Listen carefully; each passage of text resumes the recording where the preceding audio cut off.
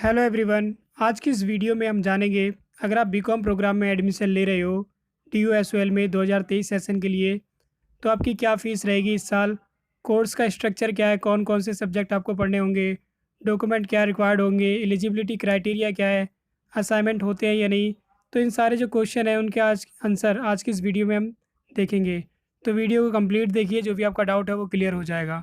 तो चलिए वीडियो को शुरू करते हैं। सबसे पहले हम बात कर लेते हैं बीकॉम प्रोग्राम के फ़ीस स्ट्रक्चर की। तो बीकॉम प्रोग्राम की जो आपकी फ़ीस रहेगी वो रहेगी 7,820 रुपये। ये आपके पूरे एक साल की फ़ीस रहेगी, जिसमें आपका फर्स्ट सेमेस्टर और सेकंड सेमेस्टर दोनों इंक्लूड है। और आपकी जो एग्ज़ामिनेशन फ़ीस है या अदर जो भी फैसिलिटी जो प्रोवाइड करता है DU, वो सब इंक्लूड है। तो आपकी 7,820 रहने वाली है। साथ में अगर आप एडमिशन के टाइम सॉफ्ट कॉपी चूज़ करते हो तो आपको 400 रुपये का डिस्काउंट हो जाएगा। तो उसके बाद आपको 400 रुपये इसमें कम देने पड़ेंगे। लेकिन अगर आप हार्ड कॉपी चूज़ करते हो तब ये आपकी फ़ीस सेम ही रहने वाली है, 7,820 रुपये। अगर मैं पहले की बात करूं तो पिछले साल जो बीकॉम की फ़ीस थी वो 6,800 कुछ रुपये थी, लेकिन ये बढ़ाकर अब 7,800 कर दी गई है। तो आप देख सकते हो उसको, ये फर्स्ट ईयर की है। इसी तरह से आप जब 3 साल का कोर्स है तो आप अंदाज़ा लगा सकते हो, इसको 3 से मल्टीप्लाई करोगे तो इतने में आपकी ग्रेजुएशन का पूरा जो चार्ज है वो लगेगा। ठीक है, अब देख लेते हैं और डिटेल। अब हम देख लेते हैं बीकॉम प्रोग्राम का कोर्स स्ट्रक्चर, कि अगर आप बीकॉम प्रोग्राम में एडमिशन लेते हो तो कौन कौन से सब्जेक्ट आपको पढ़ने होंगे। तो यहाँ पे टोटल जो सब्जेक्ट दे रखे हैं फर्स्ट सेमेस्टर और सेकंड सेमेस्टर को मिला के, ये आपके 8 सब्जेक्ट है। ये पहले 14 सब्जेक्ट होते थे, बट न्यू जो आपका ये प्रोस्पेक्टर आया है इसके अकॉर्डिंग आपके 8 सब्जेक्ट होंगे। बाकी अगर इसके ऊपर कोई और इन्फॉर्मेशन आएगी तो मैं उस पर एक सेपरेट वीडियो बना दूंगा, बट फ़िलहाल के लिए यहाँ पे 8 सब्जेक्ट दे रखे हैं। तो आइए देख लेते हैं कौन कौन से सब्जेक्ट हैं। तो पहला जो सब्जेक्ट है ये आपका डिसिप्लिन का है। एक्चुअली 3 डिसिप्लिन के आपके सब्जेक्ट हैं जो कंपलसरी है, आपको सेलेक्ट करने हैं, इसमें आपको कोई चॉइस नहीं मिलेगी। जैसे आपका पहला सब्जेक्ट है business organisation and management, business laws and financial accounting. ठीक है, तो ये 3 सब्जेक्ट हो गए फर्स्ट सेमेस्टर के। सेकंड में भी ये 3 कंपलसरी है आपके, corporate accounting, company laws, human resource management. तो ये 6 सब्जेक्ट हो गए। डिसिप्लिन 3 फर्स्ट सेमेस्टर के, डिसिप्लिन 3 सेकंड सेमेस्टर के। चौथा जो आपका सब्जेक्ट है ये आपका है जनरिक इलेक्टिव का। इसमें आपको कोई एक सब्जेक्ट चूज़ करना है। ठीक है, पहला यहाँ पे इंग्लिश का है, एक इंग्लिश फ्लुएंसी 1, हिंदी का आपका है, हिंदी भाषा और साहित्य है, संस्कृत भी है, उर्दू भी है और पंजाबी भी है। तो फर्स्ट सेमेस्टर में आप इनमें से कोई भी सेलेक्ट कर लोगे।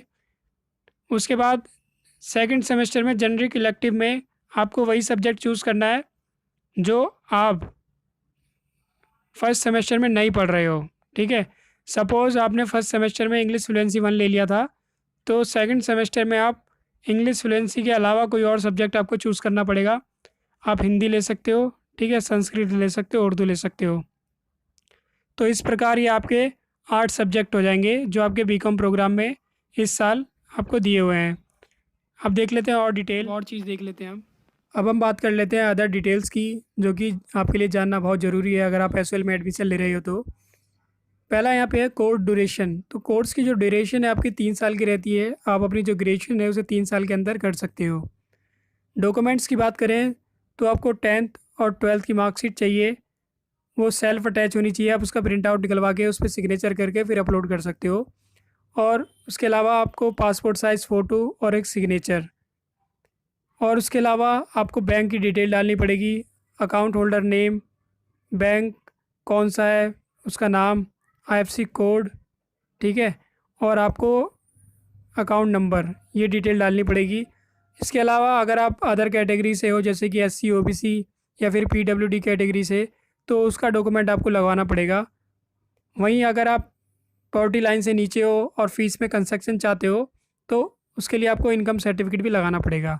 तो ये सारे डॉक्यूमेंट्स आपको रिक्वायर्ड होंगे जब आप एडमिशन लोगे।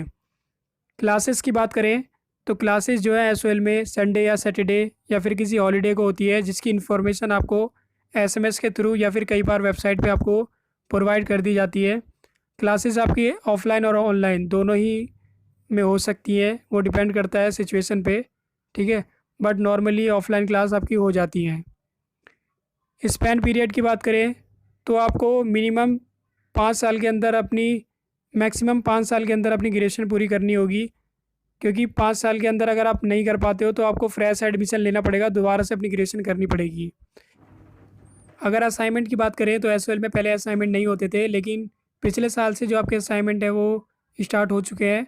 एसओएल में भी अब असाइनमेंट होते हैं, लेकिन जो एसओएल के असाइनमेंट होते हैं ये फ़िलहाल अभी आप कह सकते हो कि ट्रायल मोड पे हैं। ठीक है, अभी ऑनलाइन असाइनमेंट होते हैं आपके। ऐसा नहीं है कि आपको पेन कॉपी लेके वो बनाना पड़ेगा और उसे सबमिट करना पड़ेगा।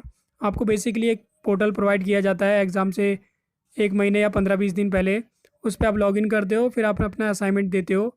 असाइनमेंट बेसिकली आपका मल्टीपल चॉइस वाला होता है, जैसे आपने अगर एसएससी का एग्ज़ाम दिया होगा इस तरह से आपका टिक लगाना होता है और उसके बाद आप सबमिट कर देते हो, वही आपके असाइनमेंट होते हैं। ठीक है, इसकी जो और डिटेल है वो आपको बाद में और पता चल जाएगी। वहीं अगर स्टडी मटेरियल की बात करें तो एसओएल में स्टडी मटेरियल आपका ऑनलाइन भी अवेलेबल होता है और ऑफलाइन हार्ड कॉपी में भी अवेलेबल होता है। ऑनलाइन जो स्टडी मटेरियल है उसे सॉफ्ट कॉपी भी कहते हैं, जिसे आप एसओएल की वेबसाइट से डाउनलोड कर सकते हो, उसका कोई चार्ज नहीं होता है।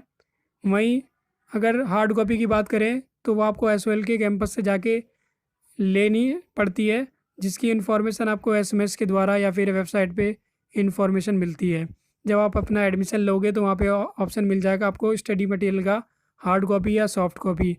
अगर आपने सॉफ्ट कॉपी चूज़ किया होगा तब आपको हार्ड कॉपी नहीं मिलेगी। एलिजिबिलिटी क्राइटेरिया की बात करें तो अगर आप बीए प्रोग्राम में एडमिशन लेना चाहते हो तो केवल आप 12th पास होने चाहिए। यहाँ पे कोई भी परसेंटेज हो आपकी कोई दिक्कत नहीं है। ठीक है, और डॉक्यूमेंट्स होने चाहिए जो भी रिक्वायर्ड हैं। एग्ज़ाम सेंटर की बात करें तो एसओएल के जो एग्ज़ाम सेंटर है वो दिल्ली में ही होते हैं। अगर आप किसी अदर स्टेट से अप्लाई कर रहे हो तो आपको एग्ज़ाम देने दिल्ली ही आना पड़ेगा। स्टडी सेंटर की बात करें तो स्टडी सेंटर भी आपका दिल्ली में ही होते हैं। जब भी एसओएल की क्लासेस होती हैं आपको कोई भी दिल्ली यूनिवर्सिटी का कॉलेज प्रोवाइड किया जाता है, वहाँ पे आपकी क्लासेस होती हैं। अगर बात करें एलिजिबिलिटी क्राइटेरिया की, अगर आप बीकॉम प्रोग्राम में एडमिशन लेना चाहते हो तो पहला जो क्राइटेरिया है वो ये है कि जो लिस्ट ए है इसमें से कोई एक लैंग्वेज आपने पढ़ी हुई होनी चाहिए 12th क्लास में, और साथ ही साथ जो लिस्ट B1 है इनमें से कोई 2 सब्जेक्ट आपने पढ़े हुए होने चाहिए 12th क्लास में। तो ये पहला क्राइटेरिया हो गया। दूसरा कॉम्बिनेशन आपका ये है कि एक तो लैंग्वेज आपने पढ़ी हुई होनी चाहिए जो लिस्ट ए में है, या फिर लिस्ट B2 में जो कोई भी एक सब्जेक्ट है वो आपने पढ़ा हुआ होना चाहिए। तो आप इजीली बीकॉम प्रोग्राम में एडमिशन के लिए एलिजिबल हो जाओगे। एग्ज़ाम सेंटर की बात करें तो एसओएल के जो एग्ज़ाम सेंटर है वो दिल्ली में ही होते हैं। अगर आप किसी अदर स्टेट से अप्लाई कर रहे हो तो आपको एग्ज़ाम देने दिल्ली ही आना पड़ेगा। स्टडी सेंटर की बात करें तो स्टडी सेंटर भी आपका दिल्ली में ही होते हैं। जब भी एसओएल की क्लासेस होती हैं आपको कोई भी दिल्ली यूनिवर्सिटी का कॉलेज प्रोवाइड किया जाता है, वहाँ पे आपकी क्लासेस होती हैं। Hall ticket and date sheet की बात करें तो हॉल टिकट आपका एग्ज़ाम से 4-5 दिन पहले आ जाता है। वहीं अगर डेट शीट की बात करें तो डेट शीट आपके 2-3 महीने पहले ही आ जाती है, तो आप उसके अकॉर्डिंग फिर देख पाओगे कि आपका एग्ज़ाम कब है। रिज़ल्ट की बात करें तो एसओएल का जो रिज़ल्ट है वो काफ़ी लेट आता है। जैसे कि अगर आप दिसंबर में एग्ज़ाम दोगे तो उसका रिज़ल्ट बहुत लेट आएगा, कम से कम 3 महीने भी लग जाते हैं और ज़्यादा ही लग जाते हैं। लेकिन एसओएल धीरे धीरे इम्प्रूव कर रहा है उस चीज़ को, तो मे बी अब जल्दी आने लगे। वहीं बैक और फेल की बात करें, अगर आप किसी सब्जेक्ट में फ़ेल हो जाते हो या फिर आपकी बैक आ जाती है तो उस केस में क्या होगा कि अगर आप फर्स्ट सेमेस्टर में फ़ेल होते हो तो आपको सेकंड सेमेस्टर में उसका एग्ज़ाम देना पड़ेगा। ठीक है, ऐसा नहीं है कि आप सभी सब्जेक्ट में फ़ेल हो जाओगे। 7 सब्जेक्ट होते हैं, अगर 1-2 में आपकी बैक भी आ जाती है तो फर्स्ट सेमेस्टर का जो एग्ज़ाम है वो थर्ड सेमेस्टर के साथ दोगे। वहीं अगर सेकंड सेमेस्टर में कोई बैक आती है तो उसका एग्ज़ाम फोर्थ सेमेस्टर के साथ दोगे। ठीक है, तो ये चीज़ें हैं। तो आई होप आपको ये सारी इन्फॉर्मेशन अच्छी लगी होगी, जो भी आपका डाउट है वो क्लियर हो गया होगा। इसके अलावा कोई भी आपका डाउट है तो आप कमेंट कर सकते हो। आज की इस वीडियो में इतना ही। Thank you for watching this video.